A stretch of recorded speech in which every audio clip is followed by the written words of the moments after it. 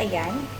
Another day, another vlog. I will be cooking quesadillas today and these are the ingredients. Pepper na red, bell pepper na yellow, onion, tsaka garlic. Tapos cheese, mozzarella, ground beef, and pepper. Then syempre hindi mawawala ang ating fajita. Panghulutuan na mini wrap. Ayan.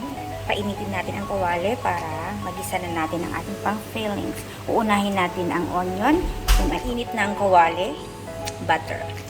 Ayan, nilagay ko ng butter. Mas malinamnam, guys. Don't worry, guys. Naghugas na kes. Para double time tayo, lagay natin ang ating garlic. There you are. Nailagay ko na ang ground beef.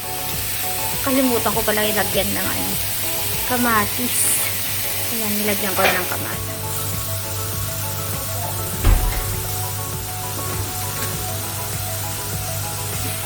So, this is the next. Ilagay natin ang ating fajita.